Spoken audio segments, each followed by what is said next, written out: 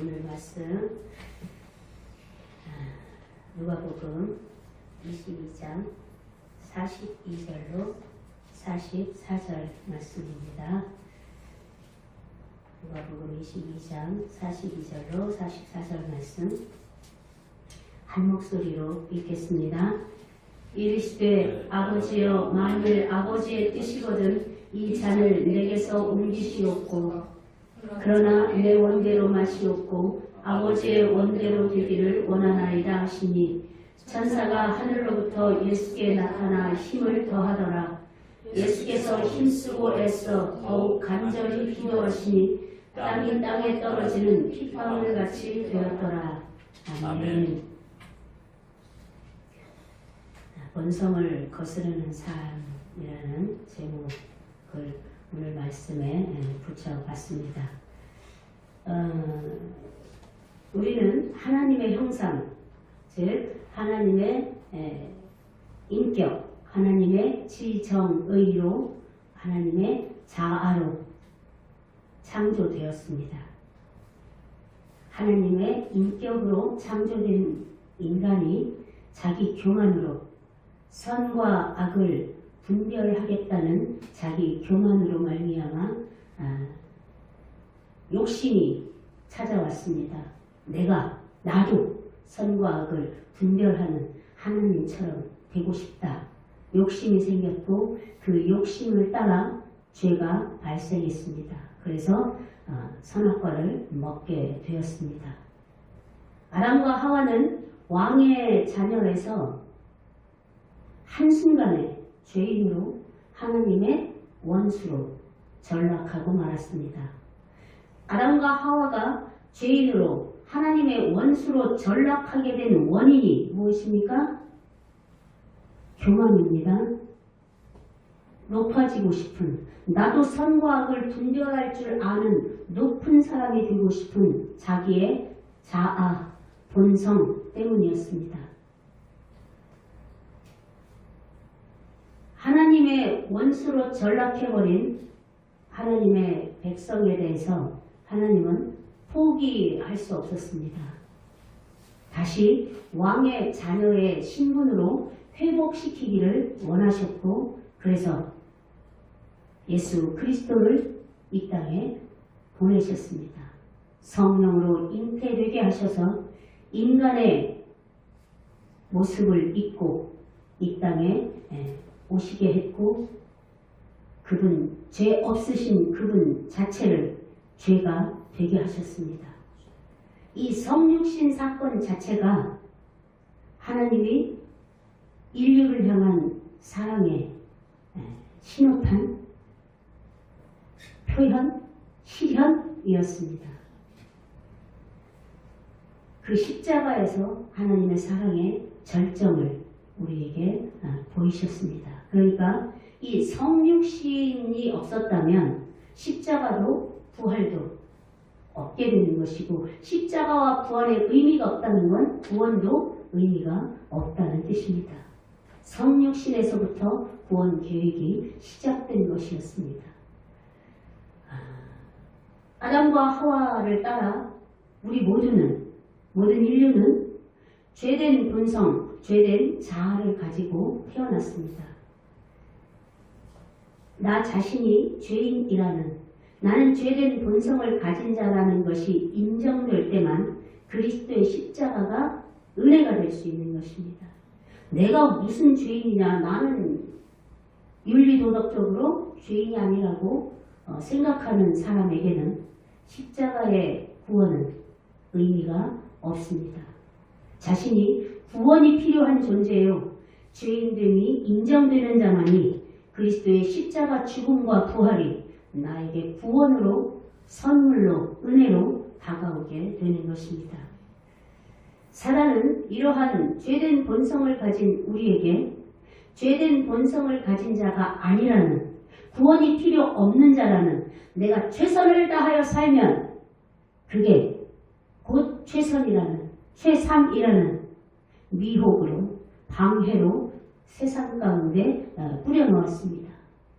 그래서 사단은 세상 속에 자기중심적 가치관을 즉 자아가 본성이 원하는 대로 사는 삶이 삶의 정방향인 것처럼 세상 속에 세상적 가치관을 뿌려놓았습니다.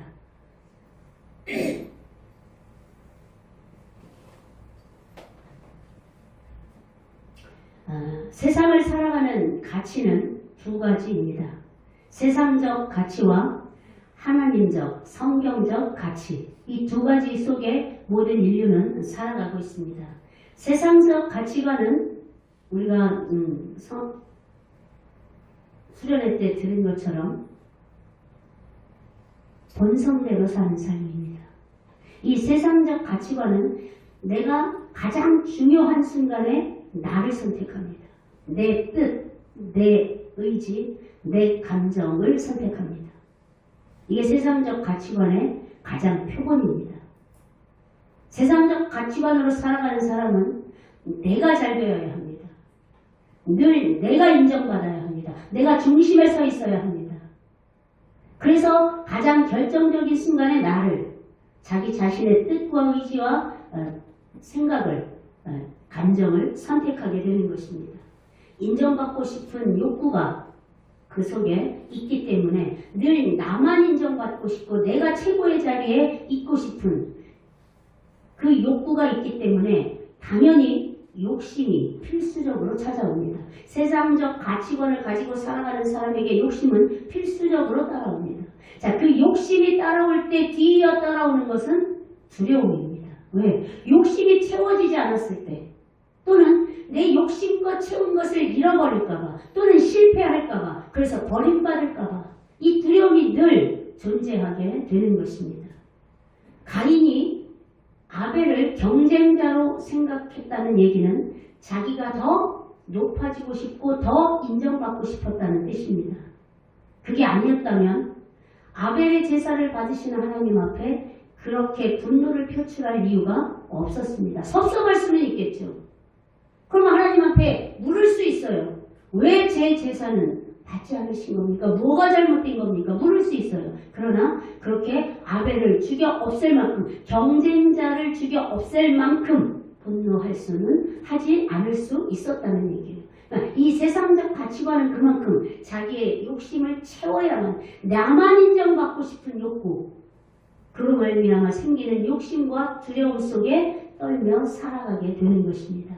반면에 하나님의 가치관, 성경적 가치관은 본성대로 사는 것이 아니라 본성을 거슬러 사는 인생입니다. 가장 중요한 순간에 나의 뜻, 내 의지를 선택하는 것이 아니라 하나님을 선택하는 것이 성경적 가치관의 삶입니다. 아브라함이 자기 자신의 인생 가운데 가장 벼랑 끝에 서 있을 때가 어느 때였습니까? 아들, 나이 100살에 얻은 아들을 제물로 바치라고 할 때였습니다. 차라리 나를 데려가시면 나를 드리겠습니다. 그게 아브라함의 마음이었습니다. 근데 아들을 내놓으라니요. 이 아들이 어떤 아들인데? 그때 자기 인생의 가장 중요한 선택이 필요한 순간에 아브라함은 하나님을 선택했습니다. 우리가 엊그제 읽은 다니엘도 마찬가지입니다. 다니엘과 그 세 친구도 마찬가지입니다. 그 세 친구가 신상에게 절하지 않았을 때 풀무불에 던질 거라고 했습니다. 이제 내 인생은 끝나는 거예요. 그 금신상에게 절하지 않으면 내 인생이 끝나는 거예요. 자기 인생의 가장 절체절명의 순간에 그들은 누구를 선택했습니까? 금신상에게 절하는 것을 선택했습니까? 아니요. 하나님을 선택했습니다. 그러면 그 위기의 순간에 그들이 하나님을 선택했던 이유가 무엇이었습니까? 하나님을 그만큼 신뢰했기 때문입니다. 아브라함은 내 아들을 드리면 내 아들을 다시 살리실 하나님을 믿었기 때문입니다.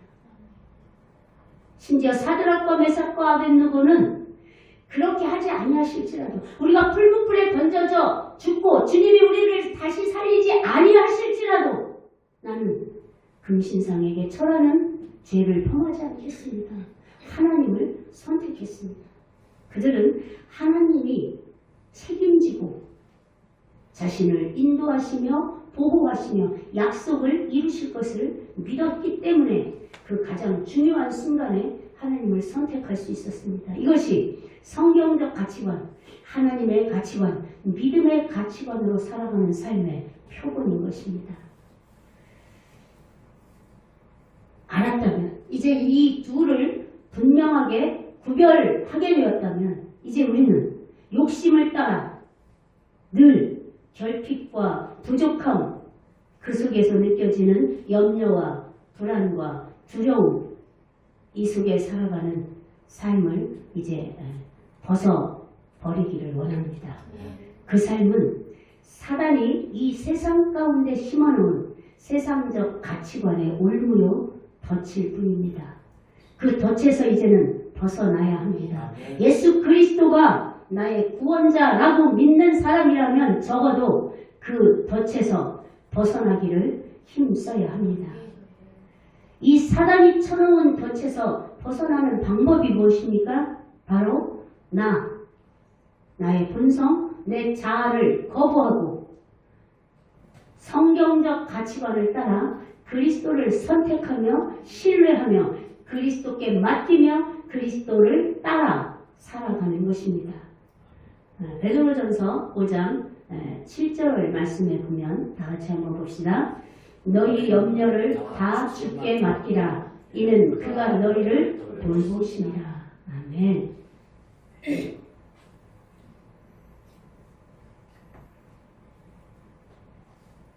나의 염려, 나의 두려움, 근심, 계획, 이 모든 것을 주님께 맡기라는 거예요. 그러면 주님이 그 모든 것을 돌보시겠다는 거예요. 불안할 수 있습니다. 그런데 그 불안을 주님께 맡기라는 거예요. 염려 있을 수 있습니다. 그런데 그 염려를 주님을 신뢰하여 맡기라는 거예요. 두려울 수 있습니다. 그 두려움도 주님을 신뢰함으로 맡기라는 겁니다. 그러면 주께서 책임지시고 돌보시고 인도하시겠다는 겁니다. 그 증거를 우리는 지금 성경을 읽으며 성경 속의 모든 인물을 통해 사건을 통해 경험했습니다. 아브라함을 통해서도 요셉을 통해서도 우린 모든 성경의 인물을 통해서 주님을 신뢰하고 맡겼을 때 자신의 염려와 두려움과 삶의 계획들을 맡겼을 때 주님이 어떻게 책임지고 돌보셨는지를 우리는 계속 성경을 읽으며 간접적으로 경험해 가고 있습니다. 그런데 그 하나님을 나의 하나님으로 신뢰하지 못해서 내게 실제적으로 두려움이 닥쳤을 때 불안과 염려가 생겼을 때 그것을 주님을 선택하여 맡기지 못하고 살아가고 있는 것이에요. 그것이 바로 세상에 쳐놓은 덫에 걸려있기 때문입니다.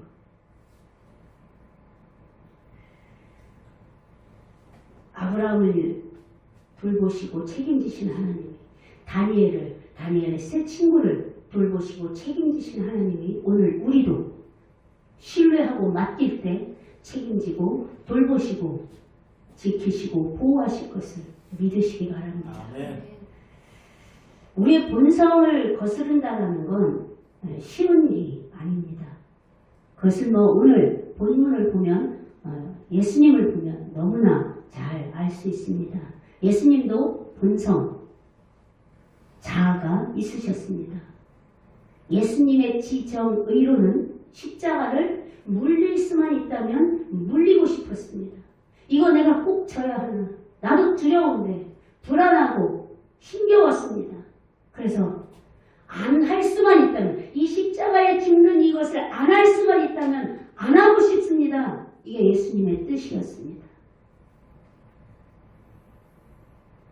그런데 예수님은 그 예수님의 뜻을 그리고 거기서 그 십자가를 지는 자리에서 도망칠 수 있는 자신의 의지를 하나님께 굴복시켰습니다. 그것이 본성을 거스른 것입니다. 자기 본성을 거스러서 주님은 뭐라고 말씀하십니까? 아버지의 뜻대로 하소서. 내 뜻은 안 할 수만 있다면 이 십자가에 이 쓴 잔을 마시지 않고 싶습니다. 그러나 아버지 뜻이 마셔야 한다면 마시겠습니다. 자신의 뜻을, 자신의 의지를 다 쳐서 복종시켰습니다. 미리 십자가에 못 박아버렸습니다. 거부했습니다. 온전히 자신의 지정의를, 십자가에 대한 자신의 지정의를 주님의 십자가에 스스로 먼저 못 박고 주님을, 아버지 뜻을 선택했습니다. 그것이 바로 본성을 거스르는 가장 좋은 예입니다. 근데 그것이 쉬웠습니까? 예수님에게는? 아니요. 쉽지 않았습니다. 얼만큼 힘겨운 일이었냐면 실핏줄이 터져서 이 땀에 피가 배어 나올 만큼 온몸에 살이 찢겨지는 것 같은 그 고통 속에서 자신을 거부하고 부인했던 것입니다. 예수님이 그러셨을진데 우리는 쉽겠습니까? 그러나 그것이 예수님이 우리를 초대하신 길입니다. 그것이 예수님이 나를 따르려거든 했던 그 나를 따르는 길, 예수님을 따르는 길입니다. 우리의 생각, 우리의 의지, 우리의 감정, 우리의 지정의를 매 순간 그렇게 주님께 굴복시키며 아버지 하나님의 뜻을 따르는 것, 그것이 예수님을 따라가는 길이기 때문에, 그것이 곧 하나님의 나라로 가는 길이기 때문에 주님이 그 길을 가시며 우리를 초대하신 것입니다. 그렇게 자신을 부인했을 때 하나님은 아들을 부활의 영광으로 하나님 보좌 우편에 영화롭게 앉히신 것입니다. 그리고 우리를 또 그 영화로운 자리로 초대하고 계신 것입니다. 그렇다면 이 본성을 거스르는 것, 내 자아를 부인하는 것이 실제적으로 어떻게 적용되어져야 하느냐. 앞에서도 말씀드렸지만 내 지정의를 십자가에 못 박는 것입니다. 거부하는 것입니다. 주님께 내어드리는 것입니다. 우리 갈라디아서 5장 24절을 같이 한번 봅시다. 그리스도 예수의 사람들은 육체와 함께 그 정욕과 탐심을 십자가에 못 박았느니라. 아멘. 내 지정의를 십자가에 못 박은 사람이 그리스도인입니다. 그러면 그리스도의 지정의, 하나님의 형상이 우리 안에 회복되어져서 그 하나님의 온전하신 지정의가 우리의 인격이 되어 주시겠다는 것입니다. 내 욕심, 내 오름, 내 성질, 내 습관, 내 분노, 내 의지, 내 뜻, 이것을 주님 앞에 내어드릴 때 예수님이 우리 안에 살아 움직이셔서 우리의 성품이 되어주시겠다 이 말입니다. 우리의 삶이, 우리의 오름이, 우리의 뜻이 되어주시겠다는 것입니다. 예수님이 거부하고 싶은 자신의 감정을 주님 앞에 아버지께 드리고 아버지 뜻을 따른 것처럼 우리는 우리의 뜻이 늘 앞서죠. 어떠한 문제와 사건이 생겼을 때 늘 우리의 경험, 우리의 지식, 다른 사람에게 들은 바, 일어났던 일, 이런 것들이 우선 되어지더라는 거죠. 그러나 예수님 때문에 내가 옳다 여기는 바를 포기할 수 있는 것, 이것이 본성을 거스르는 것입니다. 우리 정말 돈 하나도 없을 때 화곡동에서 이사 나올 때 그 주인집에서 한 달치를 우리한테 부담해야 한다고 했을 때 돈을 생각하면 끝까지 옳고 그름을 따져야 했습니다. 그 사람도 예수 믿는 사람이었고 우리도 예수 믿는 사람인데 그 사람이 예수 믿는 사람의 본을 따르지 않겠다면 우리라도 따라야지 싶어서 집도 가지고 있고 재산도 가지고 있는 그 사람한테 한 달 월세 그냥 더 주고 왔습니다. 예수님을 배제시킨 제 오름이라면 불가능한 일입니다. 옳고 그름을 끝까지 따져야 하는 게 제 성질입니다. 그런데 나를 부인하고 주님을 선택해서 그렇게 결정했던 것입니다. 우리라도 주님을 따르는 본을 보이자. 그런 사건, 문제, 상황 앞에서 우리의 그리고 일반적인 그 객관적인 옳음, 이치라는 게 있습니다. 그런데 그때 하나님도 그것을 끝까지 분별하길 원하시는가? 아니면 주님을 위해서 손해보길 원하시는가? 우리는 가장 중요한 선택의 순간에 하나님을 선택하는 사람이 하나님의 가치관으로 사는 사람이라고 했습니다. 그 선택의 순간에 하나님이 원하시는 하나님의 선, 그것을 먼저 생각하는 사람, 그게 그리스도인이라는 거예요. 그게 하나님의 가치관으로 살아가는 사람이라는 거예요. 그때에 내 뜻을, 내 옳음을, 세상적 가치를 부인하는 것, 그것이 바로 본성을 거스르는 삶인 것입니다. 우리가 결단합니다. 그래, 이제부터 세상적 가치관이 아닌 하나님의 가치관으로 살아야겠다. 본성을 거스르는 삶을 살아야겠다. 결단합니다. 그래서 순종하고 나가는데 그 순종이 온전히 되어지느냐? 잘 안 되더라는 거죠. 늘 실수하고 넘어지고 실패할 때도 많더라는 거죠. 그만큼 내 의지, 내 뜻으로 살아오는 습관이 깊었기 때문에 그렇습니다. 그러나 그럼에도 불구하고 우리에게 소망이 있음은 하나님을 따르기로 선택하며 살아가는 사람들이, 하나님의 가치관으로 살기를 선택하고 살아가는 사람들이 하는 실수, 넘어진 실패는 하나님이 전혀 개의치 않으시고 품으신다는 것입니다. 거기에 우리의 소망이 있는 것입니다. 한번 베드로의 예를 들어보겠습니다. 우리가 잘 알듯이 베드로야말로 가장 우리와 흡사한 본성을 드러낸 성경의 인물 중에 한 사람이죠. 실수, 실패, 실수투성이인 사람이었어요. 열정이 넘치는 만큼 실수도 많았습니다. 주는 그리스도시요 살아계신 하나님의 아들이시라고 믿음의 신앙의 고백을 했음에도 불구하고 주님이 십자가에 죽고 부활하시겠다는 얘기를 하니까 또 아닙니다. 주님 절대 그러실 수 없습니다. 만약에 그런다면 내가 주님 죽는 데까지 주님을 따라가겠습니다. 큰 소리 쳤어요. 큰 소리 치고 직후에 무슨 일이 벌어졌습니까? 실제로 예수님을 부인하는 일이 벌어졌죠.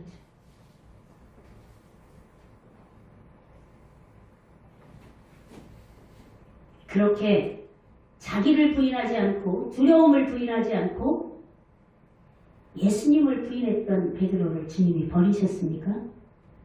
주님은 그의 실패를 성공으로 이끄시기 위해서 그를 오순절 다락방까지 인도하셨습니다.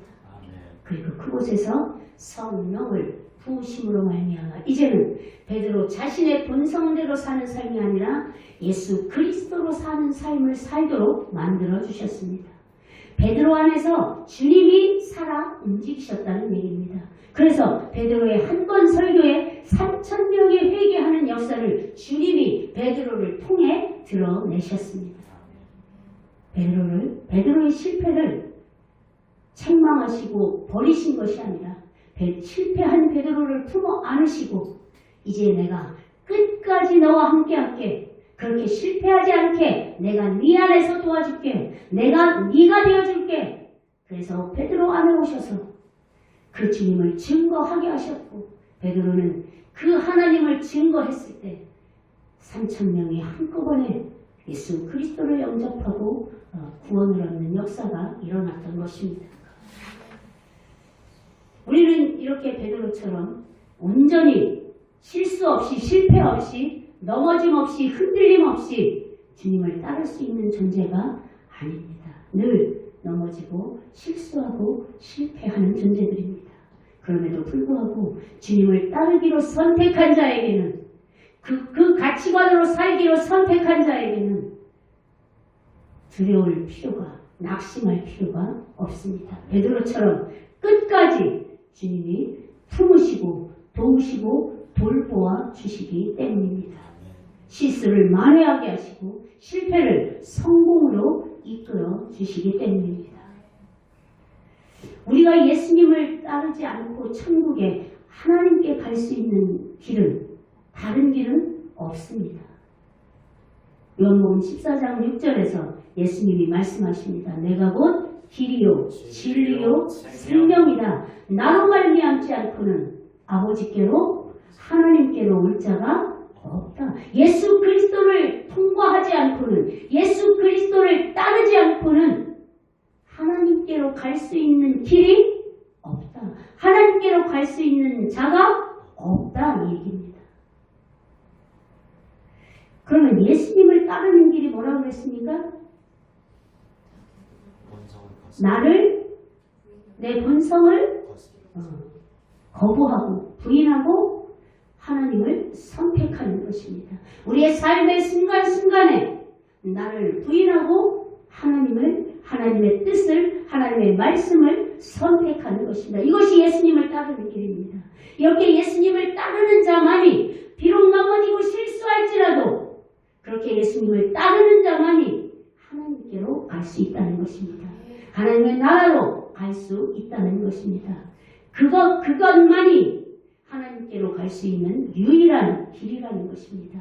그럴 때 주님이 우리의 삶도, 우리의 계획도, 우리의 미래도, 우리의 자녀도, 우리의 가정도 돌보시고 책임져 주시겠다는 것입니다. 왜 그렇게 주님을 따라오라 하십니까? 죄의 저주를 끊으시고 구원하셔서 이 땅에서도 그 구원을 누리는 삶을 살게 하시기 위함입니다. 이 땅에서도 그 영생을 누리는 삶을 살게 하시기 위함입니다.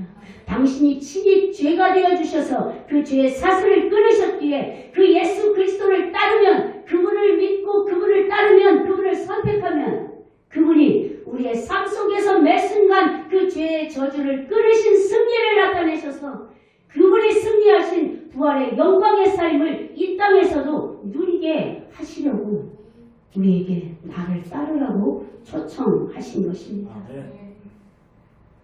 마지막 날에 우리도 예수 그리스도처럼 부활의 몸을 입고 주님의 나라에서 영생을 누리는 영원히 하나님을 찬양하는 자로 우리를 삼으시기 위해서 나를 따르라고 초청하신 것입니다.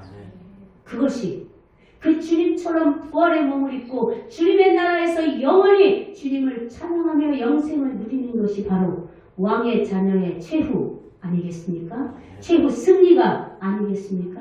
우리는 바로 그런 최후 승리자들인 것입니다. 그 최후 승리자들로 선택받고 부름받은 자들인 것입니다. 그래서 우리에게 이 땅을 살며 이 땅에서 우리가 해야 할 사명을 부여하셨습니다. 그것이 뭐라고 했습니까?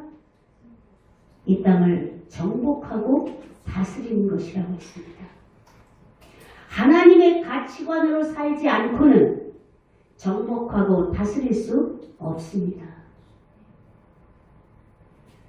하나님이 우리에게 주신 비전, 사명은 하나님의 가치관으로 살아서, 성경적 가치관으로 살아서, 본성을 거스르고 예수 그리스도를 따르는 삶을 살아서 사단이 뿌려놓은 올무와 덫에 걸린 세상을 정복하고 하나님의 그 거룩과 공의로 정복하고 거룩과 공의로 다스려서 하나님의 나라를 확장하라는 것. 그것이 이 땅을 영생을 누리며 살아가는 우리에게 주신 사명이셨습니다. 그 사명, 그 비전을 이루기 위해서 우리는 공부하는 것입니다. 그 사명, 그 비전을 이루기 위해서 직장 생활하는 것입니다. 그 사명, 그 비전을 이루기 위해서 자녀를 믿음으로 양육하는 것입니다. 본성을 거슬러 살아가는 것입니다. 이 사명을 주께로부터 받은 사명으로 받고 오늘부터 나의 삶의 자리에서, 각자의 삶의 자리에서 염려와 불안과 두려움과 낙심과 절망의 본성을 거스르고 주의 비전을 따라 최선을 다하여 주님의 승리를 누리고 주님의 영광을 누리며 주님의 나라를 확장하는 일에 참여자가 되고자 힘쓰는 우리로 살아가는 우리 모두가 되기를, 그렇게 날마다 승리를 주신 주님을 선포하며 살아가는 우리 모두가 되기를 주님의 이름으로 축복합니다.